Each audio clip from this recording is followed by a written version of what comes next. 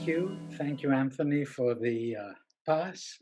Thank you, Father Panayoti, and everyone at Holy Transfiguration for the invitation to be with you this evening and talk about Greek identity. In theory, I should have an easier task than Anthony because I'm talking about a national identity in the era when national identities became predominant. But as everyone who studies nationalism and national identity, when these identities crystallized from the late 18th, the late 1800s rather onwards, it's important to note that some people think that national identities are very, very modern, that they sprung out suddenly in the 19th century. Other people think that they always existed. And I think Anthony's taken care of the they always existed proposition. I'm somewhere in the middle. I think Greek identity has some core elements. They get rearranged over time, they change, and they emerge differently. And two of the main labels that we use to identify two key ingredients of what becomes Greek identity are the Hellenic and the Romaic labels. In the late 1700s, and my period is going to be from the very late 1700s, the time of the American and the French revolutions, through to the 20th century, there were three names with which the Greek-speaking Greek Orthodox identified themselves as Grekos, Greeks, Greki, Romios, Rum, and Hellenes, Hellenes. The predominant way of identifying themselves in the 1700s, the late 1700s, was Romios, Rum. Much less common was Grekos, but we've heard that it existed in the West, and the Greeks, in a sense, the Greeks who were in the West took that label. So it does appear in documents as well, but primarily we have Romios and very few scattered references of Hellenes. That is all going to change in 1821. But before I get into the story, let me share an anecdote of sorts with you. I was teaching a course called What Does It Mean to Be Greek? The title was given to me to teach in Athens at the American College in Agia Paraskevi. It was a course on the evolution of Greek identity. The teaching at the American College is English, so I had a very strange experience of using English texts about Greek identity to teach Greek students at the American University. It was a challenge. One of the texts that was very useful for me was a non-academic text. It was an excerpt from a book by the British traveler Patrick Leigh Fermor, a travelogue on Romioi. Patrick Leigh Fermor has walked up and down Greece. He's written wonderful books. Mani is one, Romioi is the other. And in one chapter in his description of the travels in Romioi, he says, on my ways through this country, I've encountered two different types of Greeks, the Romioi and the Hellenes. This he's writing in 1960. And then he says they have some common characteristics, but they have very, very different ones as well. And then he proceeds to give 64, I believe, a couple of antithetical identities. I think you can imagine what they are. Of course, the Hellene is rational, the Romios is irrational, the Hellene is pro-West, the Romios is suspicion of the West, the Hellene is on time, the Romios is not, and so on and so forth. And of course, the Romios identifies with the dome of Byzantium. I believe he uses those words. And the Hellene identifies with Periclean Athens.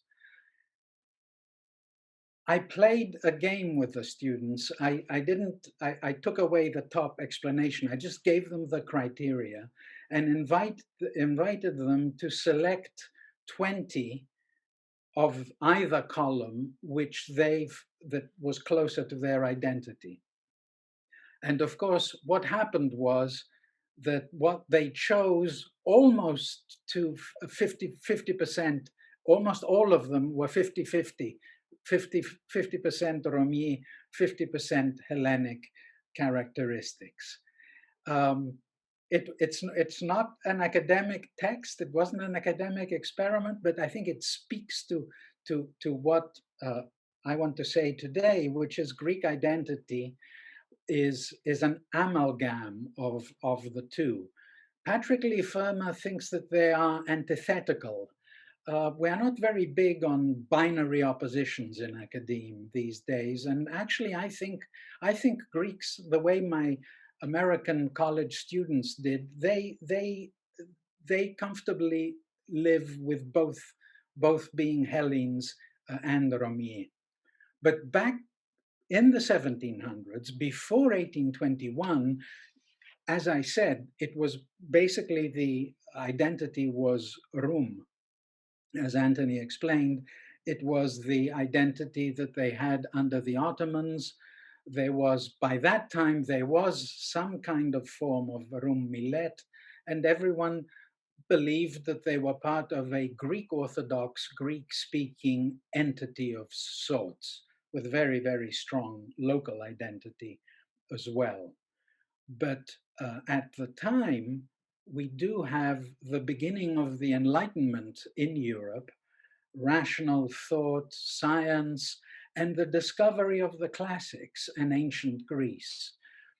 Meanwhile, because of the prominence of the Greeks in the commerce of the Ottoman Empire, we have the very big diaspora that we mentioned earlier anyway. And the wealth brings the ability to study, to be able to read what the Enlightenment thinkers are saying. And in many, many ways, the Greek diaspora become, many of them are not only merchants, but intellectuals, picking up on these ideas, getting inspired by the American Revolution, getting inspired by the French Revolution, looking back at the state of Greece and advocating a movement for freedom and independence, which is very much what the Enlightenment recommends for each people.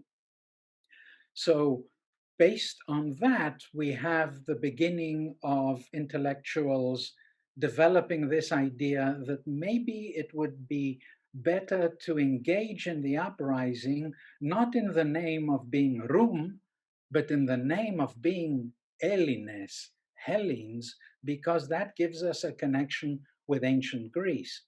Those Hellenes that they were thinking of were certainly Greek Orthodox. They do not displace Greek Orthodoxy at all in their thinking, but they're adding Hellenism to it, an identification with ancient Greece. Already the idea of Rum Romios is becoming a little bit like a national identity.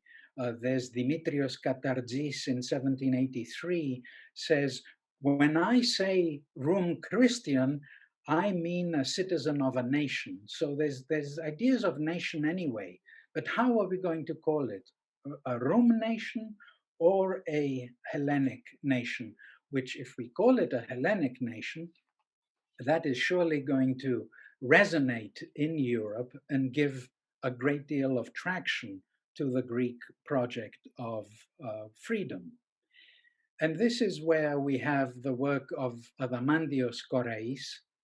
Adamantios Korais was clashed with the church, but he was a devout Christian. It wasn't in any way turning his back to Christianity, but Adamantios Korais was a strategist. He was the major intellectual of this Greek intellectual revival. He was in Paris.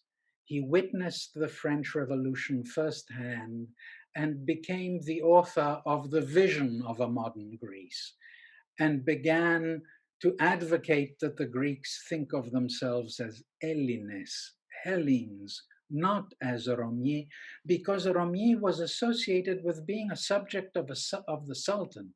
And if you're a subject of the Sultan, then what is that? How will that label inspire you to overthrow the Sultan?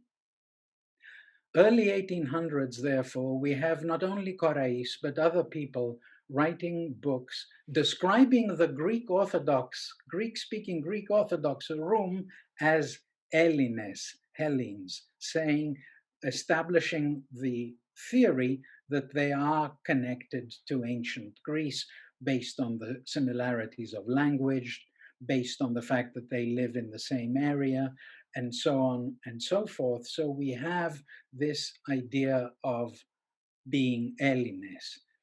Those intellectuals are not only thinking in these broad terms, they're also joining the Φιλική Εταιρεία, the Friendly Society, which is the revolutionary organization established in 1814 in Odessa, southern Russia, which prepared the way, paved the way for the Greek uprising, the Greek Revolution.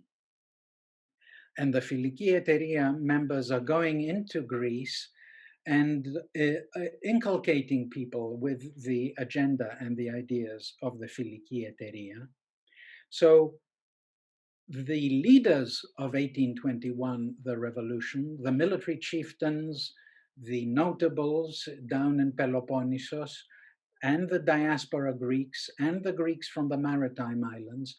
As most of you know, we've got these four social groups in the Peloponnesos, the Moria in 1821, who are going to become the engine of the Greek Revolution, the notables, the military chieftains or klefts, the maritime islands, and the diaspora Greeks who've gone back. And they are all now adopting the label of Hellenes and Hellenes in their proclamations towards the people, but combining it very interestingly with religion. They're saying we are Christians, we are being oppressed by the Muslims, and we deserve our freedom. That's the ideas that they've gotten from the French and the American revolutions. And by the way, we are the descendants of the modern Greeks. We are Hellenes. And that gives you a very potent message, as it were, an updated identity for the Greek Orthodox, Greek-speaking people. And they are gradually getting to adopt it. Not all of them are. There's a wonderful story of a group of French Philhellenes who land in the Mani in southern Peloponnesos, and they meet a Greek military band, and they say, "Where are you from?" And the Greeks say, "Well, we're just from over the mountain. We're from the province of Laconia." So the French look at their map and say, "Oh, you're from Laconia. You are Spartans. You are the descendants of Leonidas." Meanwhile, of course, Sparta doesn't really exist anymore because ancient Sparta has been ruined and the place is 2-3 other types of villages. So what also is happening is that the foreigners who see the Greeks as descendants of they see the Greek Orthodox Greek speakers as descendants of the ancient Greeks, reinforce the message that the diaspora gave. They do regard them as ancient Greeks. Well, if you've been living in Peloponnesos and you're a notable or a military chieftain in 1821, you have got your wits about you. So it doesn't take a great deal of time for you to understand that this is great. We will assume this label, make it our own, and then we will get it will guarantee us is the support of the Western powers. So we have these proclamations, which are this dual thing. Alexandros Ypsilantis this is not in the Peloponnesus, is up in the Danubian principalities, the first Greek uprising that takes place in 1821. The proclamation he issues in 1821 is fight for faith and country, machui per pisteos και πατρίδος. This is a very new joining of the two, because before this, you were fighting for your faith. You were Christian. Patrida didn't really come into it uh, in that sense. So, but now we've got these two ideas of a Greek nation and a Greek faith being fused together in this uprising that's taking place, and it continues throughout. As we know, it's several years until the revolution will be successful. In the meantime, during the revolution, we not only have proclamations that are stressing the continuity with ancient Greece, we've got messages to the fighters designed to inspire them. In other words, when you want to rally your troops, you are telling them, come on, if Leonidas or the Spartans could stop them at Thermopylae, we can do it as well. It was a motivational aspect to the employment of Hellenic identity. And we also have several constitutional charters. The first Greek constitution is issued in January of 1822. It's extraordinarily early. The revolution is they barely conquered some fortresses in Peloponnesus, but they gather in near ancient Epidavros. They issue a proclamation which says, we have now decided a constitution. It's all designed, of course, to impress the West. But what's interesting is, as it behooves a constitution, it defines who is Greek. And the definition of Greek in the first constitution of Epidavros in 1822 literally says, all indigenous inhabitants of Hellas who believe in Christ are Hellenes, in Hellenes. There's the fusion for you. And it's done, and one can argue that it's artificial. You can argue that it's instrumental. You can argue that it's come in, but it's been adopted. It's been endorsed, and it's being used as a way that they have described themselves.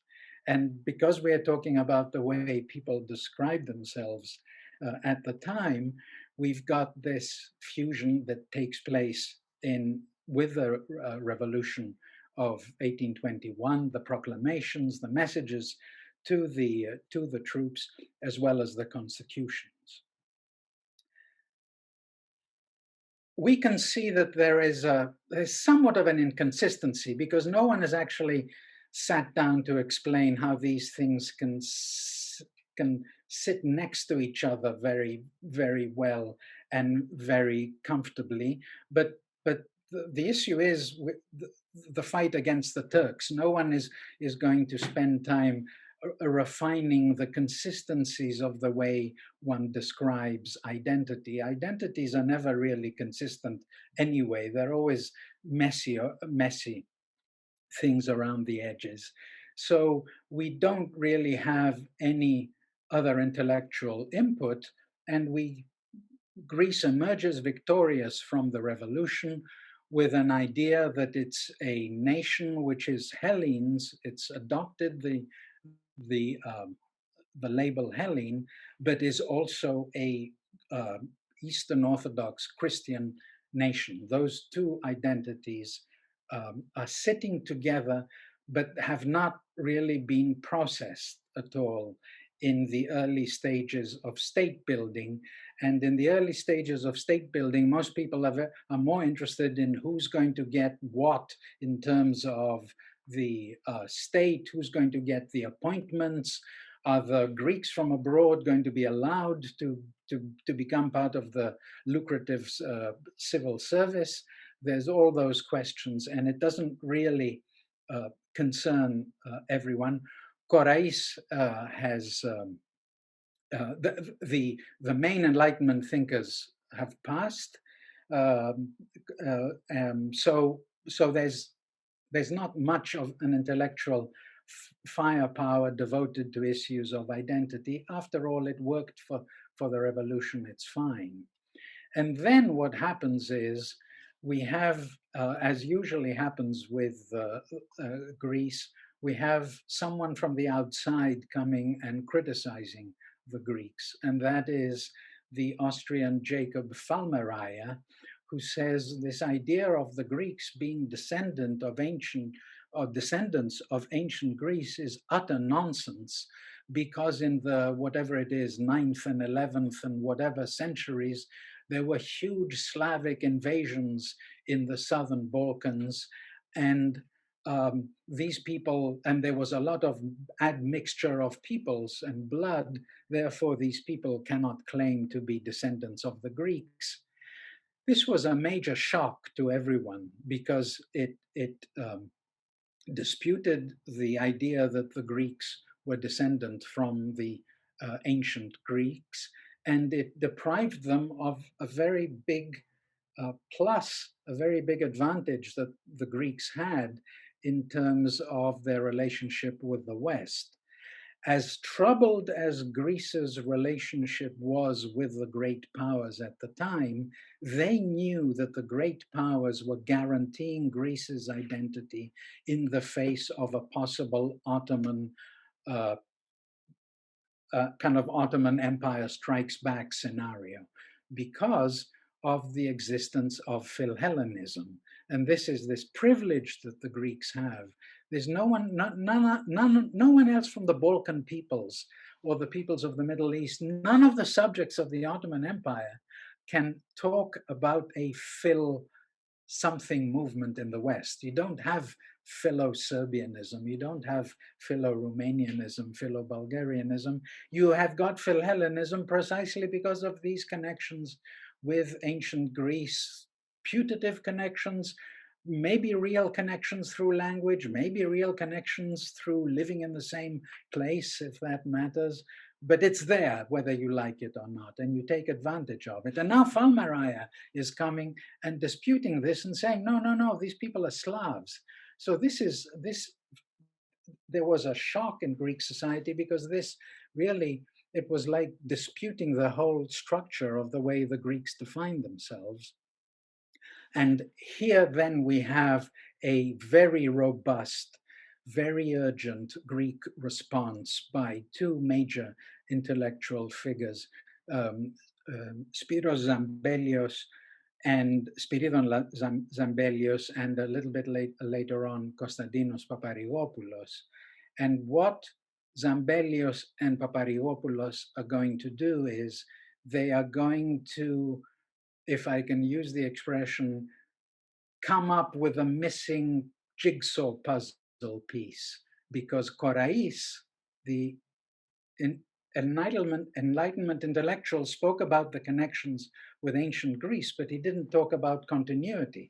And Falmeraya is coming in and telling us that the Slavs came in and broke that continuity. So what Zambelios and Paparigopoulos are going to do is they're going to speak about a continuity of identity, which goes from classical Greece into Byzantium, survives the Ottoman period, and emerges after 1821.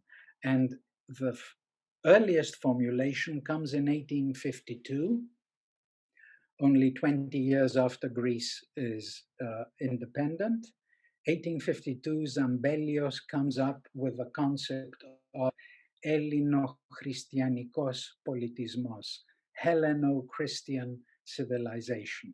And that, and he backs that up with a cultural analysis which seeks to draw the connections and the similarities between the Hellenic civilization and the Christian civilization of Byzantium. And then Paparigopoulos will come along with a historical concept of the continuity. He assures people that the continuity of the Greeks is documented historically. This wasn't only the period of nationalism that people were obsessed with acquiring a national identity. This is another period, that a period we call the period of historicism. It was a period in which history became very legitimizing for identities and peoples. So to that extent, to, to promote the historical continuity between classical Byzantine and modern Greek was the basis with which that fusion that we spoke about in 1821 became crystallized, became robust, and Falmariah was displaced, and no one bothered with him anymore. In this, all this formulation, the old Romaic label became displaced. It didn't disappear, but it became displaced in favor of the Hellenic, which had a greater, a much more glorious pedigree. Romaic being, of course, now not so much identified as Orthodox Greek, but as Ottoman, because the Greek Orthodox identity was nicely coupled with Hellenism.